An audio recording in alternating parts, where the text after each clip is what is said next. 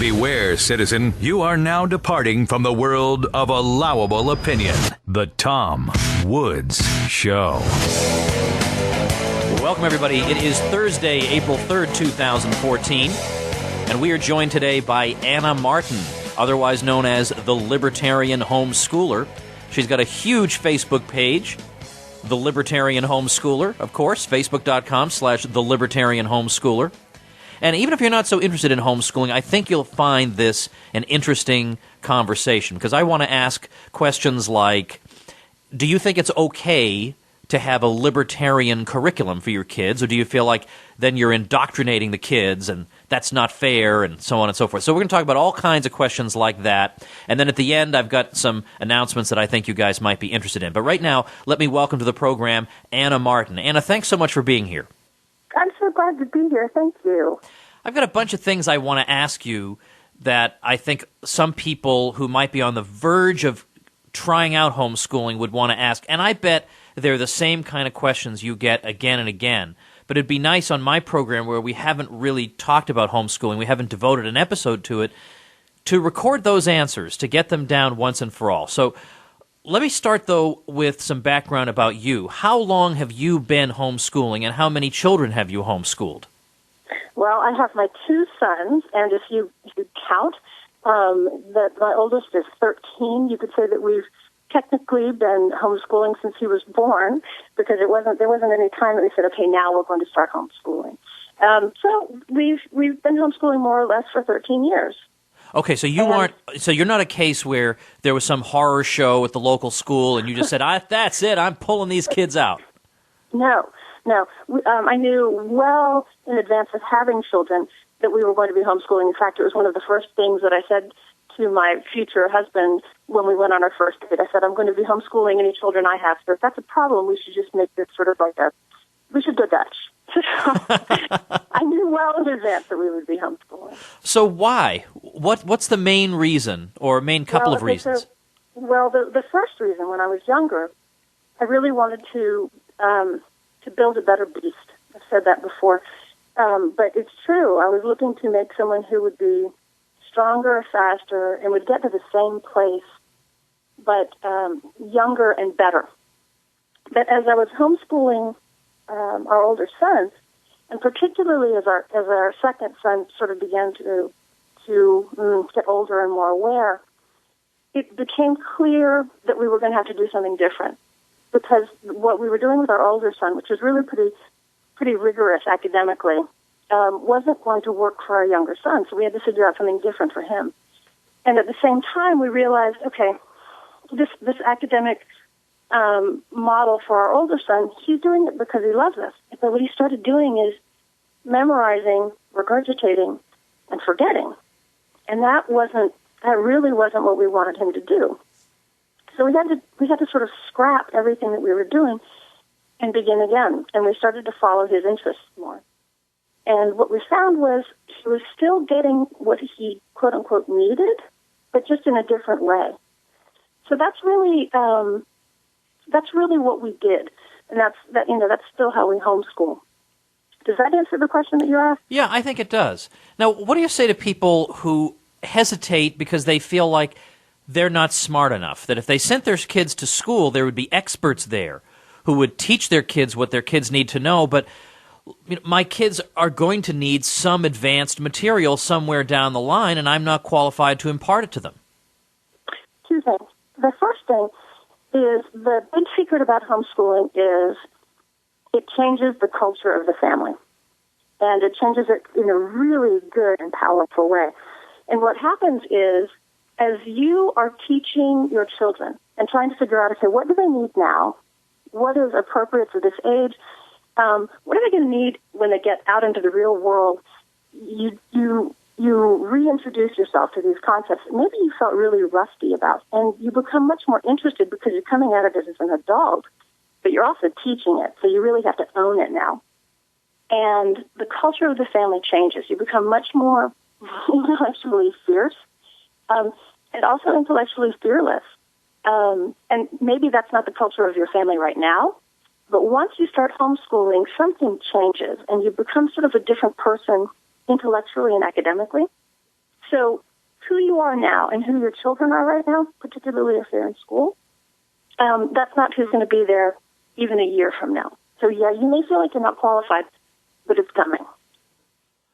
Wow, that's a bold statement. You know what I was expecting? I was expecting you to say, well, there are a lot of options that you have out there to bring in tutors, and the Internet has a lot of resources on it. I was not expecting that answer. It happens, and that's why it's a big secret.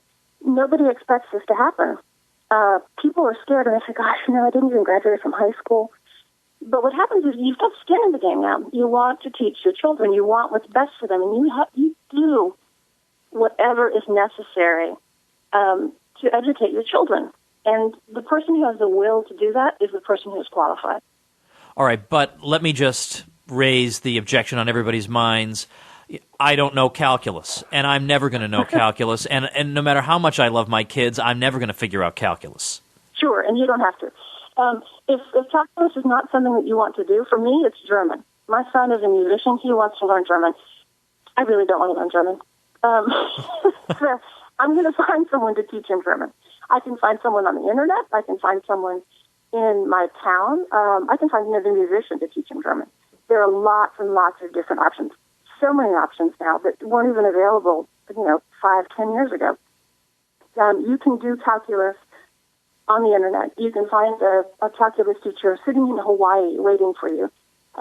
You can do calculus at your community college. You can do calculus with a soup to nuts curriculum. You've got so many options.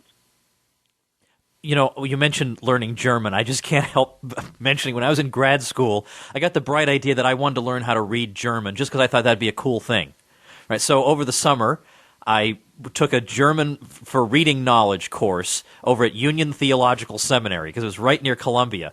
And it was full of theologians who wanted to be able to read Martin Luther in the original German, and then just me, like just some guy. I just figured, well, I'll learn German. German is like the hardest. I mean, it makes Latin look like Spanish. I consider Spanish the model language because every word is pronounced exactly the way you would think it would be.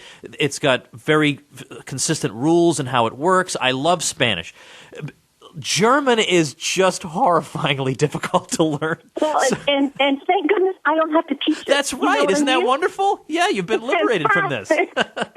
Yeah, I wanted you to appreciate just what a gift you've been given in not having to do that. And I don't have to learn German. I mean no offense to the German speakers out there. And I'm going to get some emails, believe me, say, no, German's very logical. Yeah, it is logical, but it's so weird the way the sentences are structured.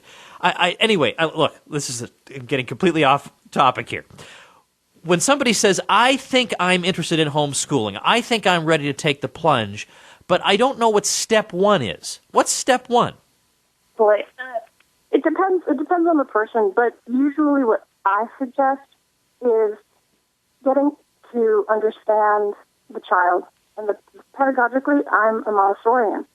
I think that the work of Maria Montessori, the work that she has done on the child, is really sound. I can always rely on the work of Montessori to give me a really good idea of where the child is in terms of needs, capacities, development. That is so helpful. But the other thing that she does that might be even more important is she tells us how to observe our children, how to be with them, and how to really look at them and see what it is that they're doing without sort of our overlay. It's almost like observing a creature in the wild. You're looking at them and you're thinking, oh, well, they must be doing that because, and you sort of have this preconceived idea about why they might be doing whatever behavior. But really, it's something different. And if you observe over and over and over again, you get a better idea of what the truth is. And that's one of the most basic things about Montessori, is she teaches you how to observe, and that is so critical in homeschooling, to observe your child. So that's how I would start. I would start with Montessori. I'd begin with maybe the secret of childhood or the absorbent mind. The absorbent mind is a little bit chewy, but there are also some other really good websites out there for the beginner. But that's where I usually tell people to start there. All right, that leads me to a question where we might have some disagreement, but I don't want you to say what you think I want you to say. And you don't strike me as the type to do that anyway. No, I won't do it, sorry. What I gather from what you're saying here is, well, first of all, I don't want to just gather. Do you favor the so-called unschooling approach, or how does that differ from a Montessori approach, if at all? It really doesn't differ significantly from the Montessori approach. In fact, something that made me feel really good, I was at a conference with Montessorians last summer, and somebody that I really respected in the Montessori community said to me, "So what are you doing with your boys?" And I said, "Well, we're really sort of following them at home. We're following the child at home." And she said, "Oh, you're unschooling." And I thought, yeah, but I don't really want to say that because that brings a lot of baggage with it. The word unschooling, unfortunately, has a lot of stuff attached to it. So, yeah, we unschool in the sense that we follow our children. But I think people get the idea that you're unschooling, you're essentially leaving them be to their own devices. And really, nothing could be farther from the truth. Well, I'm not so sure, but I think there are some things that could be farther from the truth than that. How do the kids learn multiplication tables if they're being unschooled? Interestingly, there's a story. My 9-year-old son, not too long ago, I came to him and I said, "Okay, I just want to see where you are with math. And so can I give you some addition to do just to see where you are?" He said, "I already know addition. Can you test me on multiplication instead?" And I said, "Sure." And so I drew him a multiplication chart with, 1 through 10 on the top, 1 through 10 on the left-hand side, and he filled it in. I have not taught the child multiplication, but he knew how to do it. So now remember, I went to college. I have little letters behind my name. This to me is scandalous. I did not expect this. I really thought the child needed to sit down with me and learn his multiplication tables. So this to me has come as a really big surprise. I don't know exactly how this happens, but he's showing me that he does things on his own without telling me what he's doing. And then I just come back and I sort of check. And it sounds like voodoo or magic. But that's exactly what it looked like when I drew this chart on the whiteboard and he filled it in. I thought, who taught you this? How do you know this? I don't know where that happened. But he's around us doing math all the time. He's around us while we're reading all the time. He's around us while we're even, because we're really, really geeky. He's around us while we're diagramming sentences and thinking about music. And he does a lot of music, so maybe that has something to do with it. But he's around us learning all of the time, and he just seems to absorb a whole lot. All right, well, back up a minute. When you say when you're sitting around diagramming sentences, that does sound like you're imparting instruction. I assume your family doesn't diagram sentences just for fun. That does sound like a structured educational... That's so sad that you should say it, because in fact we do diagram sentences just for fun. There's a really fantastic app that you can put on your tablet or something, and it's called Sengram. And yeah, we actually do sit around and diagram sentences for fun. So some people don't do that, but there are all sorts of great educational apps. And I'm taking this off on a tangent. Maybe you want to go here later. Yeah, no, do it now. Yeah, sure.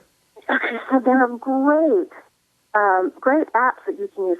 There's a wonderful app, and this is part of the process, called DragonBox. Everybody who has seen my page knows how much I love DragonBox. It's algebra, but it's algebra in a very theoretical way, and it's a lot of fun. And it's even my 9-year-old is sitting there doing algebra on the tablet. He doesn't know it's algebra, but our 13-year-old is doing the same thing. Except when I work with him, I printed off a PDF form that shows all of the things that he's learning.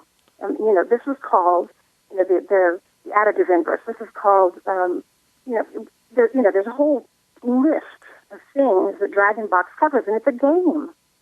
And so we do this, and then what I'll do is I'll take maybe a page from an algebra workbook or something, and I'll put out some problems, and I say, okay, what would you do if you were faced with this in DragonBox? And he'll solve the algebra problem without having cracked the book. These things happen, and there's so much of this out there that it's amazing. Children are learning essentially to do things that they want to do, which really surprises me. So is this the kind of discovery, when you discover apps like these, that you share with people over at the Libertarian Homeschooler? Yeah, exactly.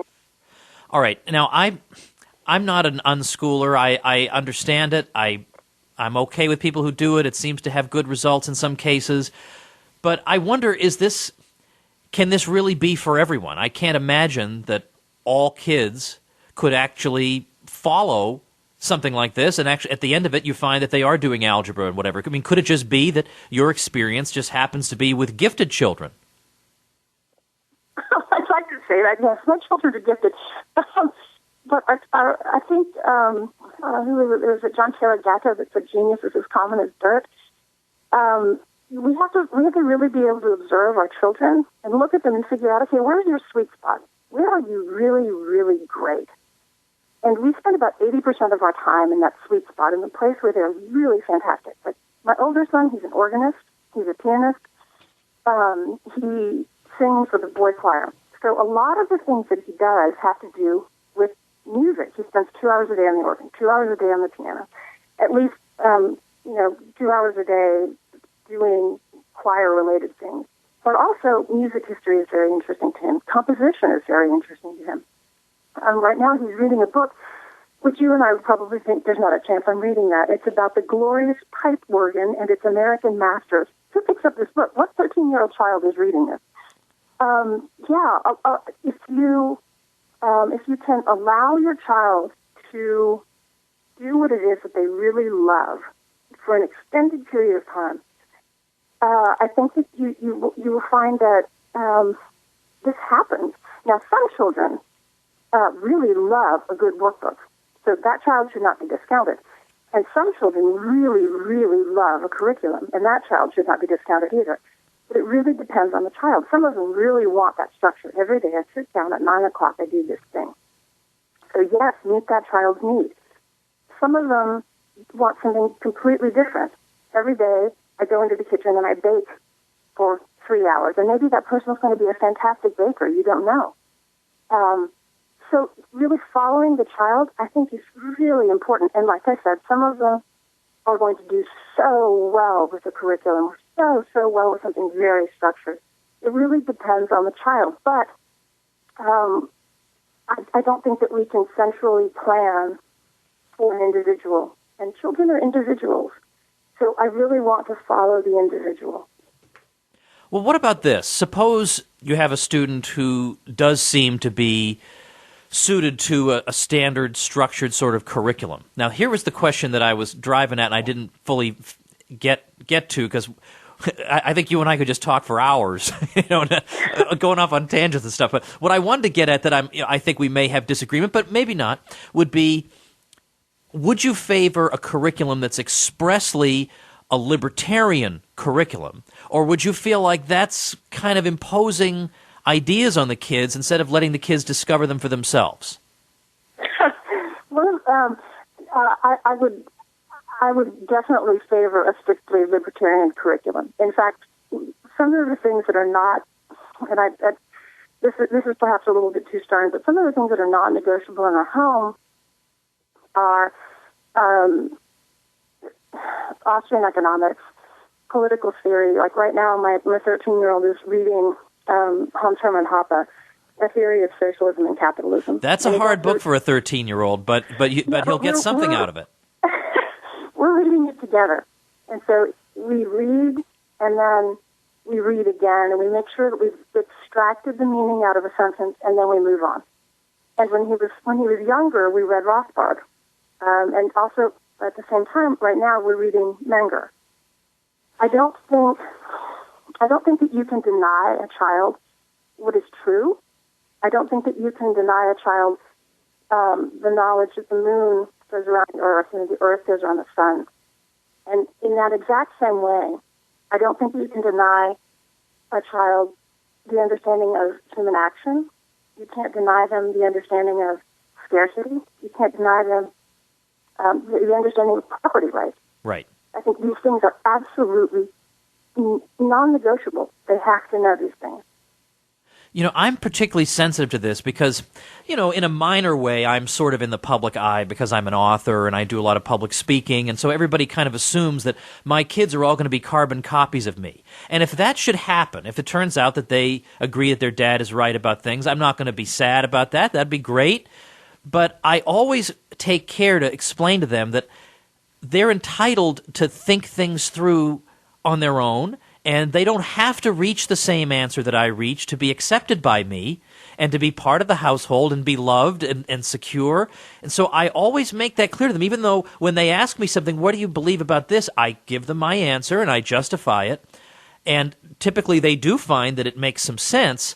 They do understand that they are free to be individuals. And I always want them to understand that. When I was a professor, I always said, do not write in your paper what you think I want you to say. I will give you an A if you take Daniel Webster's view over Abel Upsher's view of the Constitution, even though I like Upsher, if you make a coherent argument, if you have a command of the material. So I've always been sensitive about this, that I don't want to be perceived as forcing something on them. I think of it in terms of I have this wonderful edifice of knowledge here that it took me a lifetime to acquire, and I would just so like to give them a leg up, to give them the chance to read books that I didn't even know about till I was 20 years older than they are now, and just to see their little eyes open so early on, it would just be exciting for me. But also, if they want the other side of the story, all they have to do is pick up the New York Times. They're surrounded by the other side of the story. There's no way I could keep it from them. Yes, we listen to NPR just to that same purpose, I understand exactly what you're saying. There is the fear of indoctrinating your children. I think that, for me, the principles of Austrian economics are they're just so basic that it would be like indoctrinating somebody about gravity. Right, or what a noun is or something. Correct. There are first principles, and I think you really need to have those in order to understand the world. I don't think that you can really understand history until you've got a really good understanding of human action, property rights, economics are incredibly important. And so I want to give those to our children before we start talking about history, because if you can't look at history through the eyes of economics, I think that's really the lens that's most useful, I suppose, if I had to choose one. How do you know if you're looking at just the court historian indoctrination books? Right. You don't. So I think we really have to give that to our children first.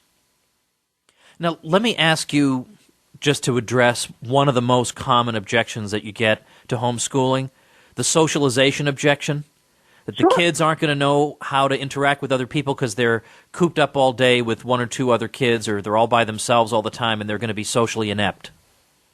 Sure. Let me give a little backstory on that, because that's not such a completely crazy thought. Way back when homeschooling began and people took their children out of school, the choice essentially was to sit at the kitchen table and do school at home. And I've been told this by people who knew homeschoolers way back when. We're first generation in our house. And yes, sometimes people work, that's what they were doing. And so that piece of mythology has a little tiny bit of truth to it. Now, these people who started homeschooling, I can do what I'm doing because they did the legwork. They did all of that difficult work before I could do this. So we're really thankful to them. Also, because of the work that they did, we have tremendous opportunities all of the time.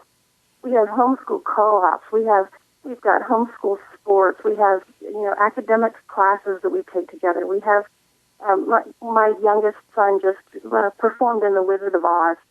There's so much out there. If you wanted to, you could fill up entire days, weeks, months, years with homeschool activities, and you would never even actually have to be in your house. You could be out of your house all day long, every day. So in terms of socialization, there are so many possibilities. Sometimes we have trouble figuring out exactly when we're going to come home and do what we really feel like we need to do. We've got to get 2 hours of piano, and we've got to leave now so that we can get this done. The other thing that's really exciting is that your children can be with toddlers, with babies. My 13-year-old son, I'm thinking of particularly, he hangs out with children who are younger than his, children who are older than his, but he also hangs out with adults because we make it our purpose, we make it our point to surround him with adults that are interested in the field that he is interested in. So we're going to, for example, just last week, we were at Mark Thornton's lecture in downtown Atlanta, and my son is there with all of his friends, with whom he can talk about economics or, policy questions. And so he's with adults all of the time. But not only that, when he's, say, at church on Wednesday night singing in the adult choir, there are people there that are in their 60s and 70s. So there's this whole wide array of people, different ages, different demographics, different income levels, religions, creeds, colors. Everybody is available to us. It's not just sitting in a room with people your own age from your zip code. I mean, how unnatural is that to be sitting in a room all day long with kids your age who make the same money that your parents do and are essentially having all the same experiences that you're having. It's a little bit weird because only 3% of the children are having this experience. But I think that the socialization is just different as a homeschooler. Well, one last thing, and this is a practical objection. Don't you need to have at least one parent at home? And isn't that difficult for a lot of families to manage these days? Some people, what they do is they flip their day. And so what they do is after work, everybody comes home. Children come home from their child care. Parents come home from their work, and they'll devote an hour or two to the basic lesson for the day for whatever you're doing, English, math, history, science. And then the next day they go back to their child care situation and they do their homework. And then they do it again the next day. Sometimes homeschooling can be done on the weekends. It can be done at night, and it is done so much faster.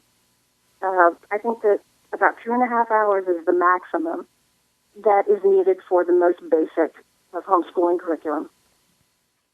All right, before I let you go, give us the overview of what the Libertarian Homeschooler is all about. You got a huge number of likes on Facebook. People can get there just going to Facebook, typing in the Libertarian Homeschooler, and you can get there directly by typing facebook.com/what? The Libertarian Homeschooler? That's it, yes. Okay, so tell us about it. Okay, so the Libertarian Homeschooler happened at the same time as, I'm sure you're familiar with this, the Keynes and Hayek rap. Do you remember that? I sure do. Well, okay, so at that point, I had just, half a year before, I started listening to Milton Friedman on YouTube. And so he was my gateway drug. I came to Austria by way of Chicago. And I was watching the Keynes and Hayek rap, and I just thought, why don't I know any of this? And I went to Mises.org, and I started reading widely. And really, it was it was you and Bob Murphy. And it had, my sons would come in and they would listen to you and Bob Murphy lectures. And the reason that we chose the two of you was because our boys really like to hear you all talking. Okay. So, yeah. So we started really digging into the Austrian school, into economics, into philosophy, all of that. And I thought, boy, other people really need to know this. So I started the Libertarian Homeschooler. And people are really curious about homeschooling. They've heard about this mythical beast, the homeschooler, and they want to see what it looks like. And that's what we do on the page. You get to see pretty much, you just get a little glimpse into our day-to-day life. And we just look like normal people with our kids all day long. And that, I think, gives people a lot of hope. It encourages them. It makes them feel like, hey, I can probably do this. If I make mistakes, we talk about that. We say, you know what, here, I did it again. I still haven't learned this lesson. A lot of it is just practical relationship stuff. But I also like to put up, links to great stuff like Liberty Classroom, which we also love. Thank you. There's all kinds of great stuff up there. And there's a terrific list of notes that took a really long time to compile that people can look at. On the page, it says Notes, March of 2014, and it goes from towards a libertarian view on the rights of children, and we look at Rothbard and Hoppe and Walter Block and a few other people, all the way down to a list of books that are really easy to find the libertarian thread in, like The Little Red Hen or Sidwick the Big-Hearted Moose, things like that. So that's got it's a sort of a smattering of everything, Libertarian Homeschooler. Well, I hope people will check it out. You have quite a flourishing community over there, and I appreciate your time today. You've got a lot of interesting stuff to say, and it's Anna Martin, everybody. The Libertarian Homeschooler is both the website and the Facebook page. Thanks for being here today. Thank you, Tom. I appreciate it. All right, everybody, I hope you'll check out Facebook.com/The Libertarian Homeschooler. A couple notes on my end. Of course, you guys know I have my own site. Anna was kind enough to mention libertyclassroom.com, which is about the most economical site you can possibly imagine, given that we've got, at this point, 9 courses. By the end of the year, we'll have 12 courses. You can listen to them on the go, in your car, etc. You got Q&A forums for our faculty, and it's great. And right now, it's April 2014. It's our 2-year anniversary. And to celebrate that, we are offering 50% off a year's subscription. 50% off. I mean, this is unbelievable. I should be committed for this. How do you get 50% off? You go to libertyclassroom.com. You sign up and use coupon code DISCOUNT. How simple is that? Coupon code DISCOUNT in all caps. Check that out, because that window of opportunity will close without notice. And if your fingers are in there on that windowsill when that window of opportunity closes, that's going to be painful, my friend. So check that out right away. Of course, you also know that I've been working day and night developing courses for the Ron Paul Homeschool curriculum, which you can check out at ronpaulhomeschool.com. I'm doing a bunch of year-long courses. Every year-long course is 36 weeks, 5 lessons a week. That's 180 videos per course that I'm doing. So that's an awful lot of work. But I'm doing Western Civ 1, Western Civ 2, Government, which is more or less an anti-government course, and Constitutionalism. And yes, I do talk about Lysander Spooner in there, and I do talk about Murray Rothbard in my government course. And basically, we're going to be ready. K through 11 basically will be all set to go by the fall of 2014. Those courses will all be up and running by June of 2014. You can join at any time and get access to that stuff over at ronpaulhomeschool.com. And the idea there is not just to fill the kids' heads with a lot of useful knowledge, although that's great, but also to teach them to convey that knowledge, to be good writers, to be good public speakers, to know how to market themselves, to be able to start a small business. These sorts of things that are not generally taught in school, that are not generally taught in a homeschool curriculum, are absolutely taught in ours. We also have a course on personal finance for teenagers to get them right away in the teenage years accustomed to managing money. I don't know of a program like this. I think this is the most exciting thing I've ever done. So you can check that out at ronpaulhomeschool.com. And to look at the progress I'm making and to look at the 2 courses that I have that are up and running as of this minute, by the fall, all my courses will be up at ronpaulhomeschool.com. But you can look at the lecture titles at tomwoods.com/government and tomwoods.com/westernciv. Make sure you subscribe to this program. We get great material every weekday for you guys. Look at the guest list we've had. Look at the variety of topics. Make sure you're a subscriber on iTunes or Stitcher by going to tomwoodsradio.com and clicking on one of those little subscription links there. All right, everybody, we'll see you tomorrow. We're going to be talking about Alexander Hamilton, the truth, the awful truth about Alexander Hamilton, with historian, economist Tom DiLorenzo. We'll see you then. The Tom Woods Show.